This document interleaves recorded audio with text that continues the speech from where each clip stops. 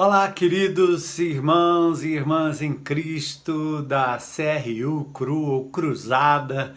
Prazer enorme poder estar falando com vocês. Eu sou Armando Bispo, um discípulo de Jesus em processo de contínua restauração, contínuo aperfeiçoamento. Eu faço parte do grupo de risco, sou pastor da Igreja Batista Central de Fortaleza. E, obviamente, falar sobre esse momento da história é realmente um grande privilégio, eu posso dizer para vocês. E a despeito de tudo que nós estamos passando, eu me sinto assim agraciado por Deus em poder estar vivendo esse momento da história. Mas você perguntaria, puxa, uma quarentena, um lockdown, um momento tão difícil, tão desesperador. Mas sabe de uma coisa? Eu tenho curtido demais o momento. Por quê? Por conta das lições que eu tenho aprendido de Deus nesses dias. É impressionante, eu tenho lido muito, né? Como sempre, como pastor, estou muito ligado nas coisas do Velho, do Novo Testamento, do desenvolvimento da igreja nos primeiros dias. E esses dias, particularmente, tenho lido também muito sobre a igreja nos países em que ela não tem liberdade de expressão, liberdade de culto, como por exemplo em Cuba, como por exemplo na China, lugar que eu tive a oportunidade de visitar, e sabendo como a igreja é tratada nesses países, particularmente na China, muito monitorada. Então, por incrível que pareça, além do vírus que nos assedia e nos ataca, nos ronda e certamente acertou alguns, né, muito próximos de nós, nós temos também, parece-me que um momento em que a igreja está sendo, num certo sentido, perseguida, encurralada. Parece que aí estão colocando armadilhas para essa igreja. Mas que interessante, né? Conquanto a gente não possa se reunir mais publicamente, abertamente, porque somos proibidos de nos reunir em aglomerados, aglomerações, em públicos muito próximos e etc., nós então estamos em casa. E quais são as lições que a pandemia tem trazido para nós enquanto em casa? Primeiro, ela tem trazido a lição sobre a nossa fé. Nós estamos sendo provados. Eu gosto de pensar que enquanto nós estamos sendo obrigados a usar máscara, Deus está tirando a nossa máscara, nos desnudando de verdade, ou seja, lá em casa é onde você pode provar o seu amor e o seu compromisso por Jesus. Quem não tem um encontro pessoal com Jesus, não era a igreja no final de semana que iria propiciar tal encontro.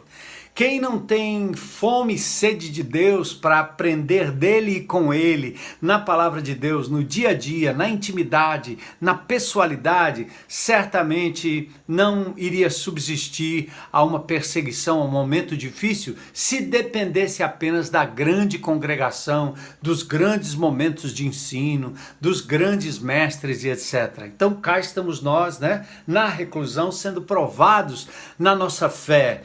Provados, inclusive, pela questão do medo, da morte, quando nós nunca tivemos assim tão próximos e tão perto de sermos atacados a ponto de nos causar uma doença que pode eventualmente ser fatal. Então essa doença nos cerca, ela bate à nossa porta e a nossa fé é provada. Fé em Jesus, fé na ressurreição, fé na vida eterna, no sentido de que nós estamos agora sendo provados em tudo aquilo que a gente sempre falou abertamente e aquilo que acontecia bem distante, pessoas morrendo, encarando a morte, e você falando sobre a ressurreição, sobre não temer, né? Agora isso está batendo na porta de cada um de nós. Então nós sim estamos sendo aperfeiçoados. Do ponto de vista da eclesiologia, muito interessante. Os pastores estão falando agora no retorno, que o governo está flexibilizando, mas o retorno da forma que estão flexibilizando não interessa a nós. E aliás, eles têm a noção de que a igreja parou as suas atividades porque deixou de se reunir publicamente. De jeito algum, nós não paramos, a igreja não para, porque a igreja de Jesus ela funciona como funcionou no primeiro século, clandestina, sendo perseguida, de casa em casa, hoje usando certamente as redes sociais, essa virtualidade que nós temos aí, mas mesmo que sejamos perseguidos, do ponto de vista da internet, não permitindo a nossa expressão de fé, de religiosidade, como acontece em outros países, em países como a China, onde os cristãos são monitorados, mas num país de 1,4 bilhões de pessoas, nós temos quase 150 milhões de crentes, e esses fiéis discípulos de Jesus se reúnem de casa em casa, muitos dos quais na clandestinidade. E cá estamos nós. A Igreja de Jesus não para. Ela está usando a ferramenta da internet, claro, fazendo as nossas reuniões virtuais, mas o cuidado mútuo, o amor mútuo, isso ninguém para. Então nós não estamos aqui, claro que queremos voltar a nos reunir, mas que interessa essa reunião que eu tenho que manter um raio de, ou ficar num quadrante de 12 metros quadrados, né? Que eu tenho que ficar a 1,5 metro, a 2 metros de distância do meu irmão, que eu não posso me aproximar, que numa comunidade que tem 1.000 pessoas, né, apenas 50 ou 100 podem se reunir ali dentro e os demais marcando hora para entrar. A igreja não precisa desse tipo de migalha e nós vamos prevalecer enquanto igreja de casa em casa, tal qual no Novo Testamento. É assim que começou. Vocês sabem muito bem o que é isso. Trabalhando na universidade, evangelizando as pessoas, criando os grupos. E agora é uma boa hora de se fazer isso. Aliás, temos multiplicado os nossos ministérios nesse sentido. Agora na pandemia, muito mais do que antes, porque certamente estamos aprendendo e dando valor ao que é de verdade termos encontros e não eventos. Lidar com pessoas e não prédios. E quando nós nos reunimos da mesma maneira, em pequenos grupos, que nós chamamos de grupos de relacionamento, também nós valorizamos o encontro, a partilha, mesmo virtual, e não necessariamente o grande ajuntamento, que embora seja importante, não nos define como igreja. Então, Deus abençoe vocês aí, né, nesse trabalho aí da cruzada, mesmo nessa época de pandemia.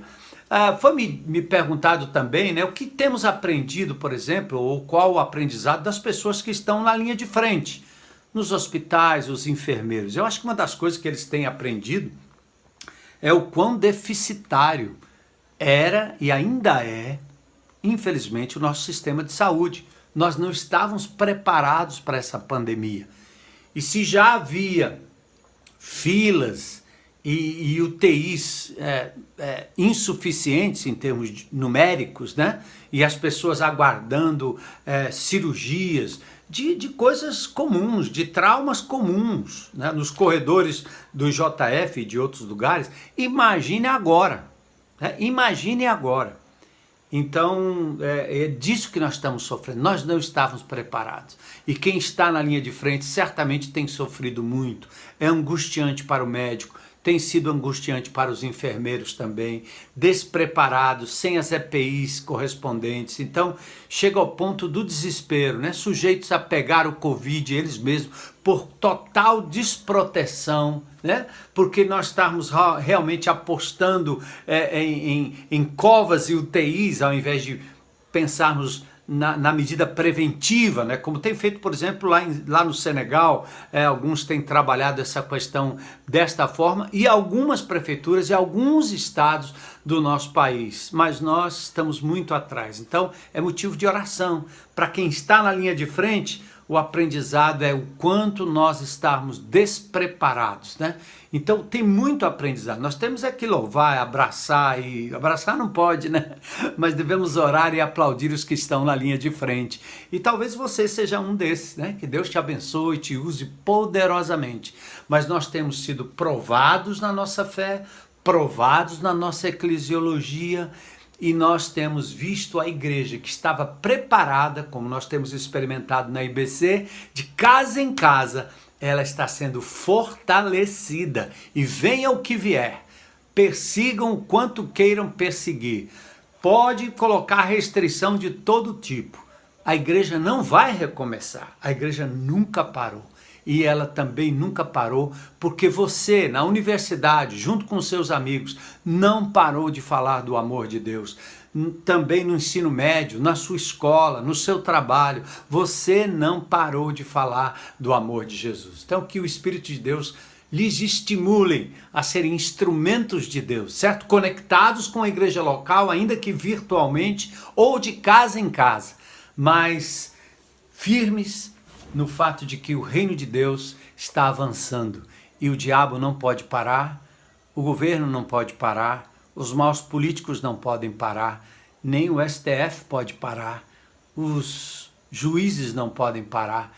A Igreja de Jesus sobreviveu séculos e continuará sobrevivendo porque homens como Bill Bright, homens como e mulheres, né? Homens e mulheres como nós temos visto aí na vida de vocês, continuam intrépidos e corajosamente levando aqueles princípios das 4 leis espirituais, né? Salvação para o perdido. Que Deus os abençoe e lhes dê coragem para erguer a voz nesse meio universitário, né? Às vezes tão poluído de tantas ideias anticristãs, mas é possível vencer.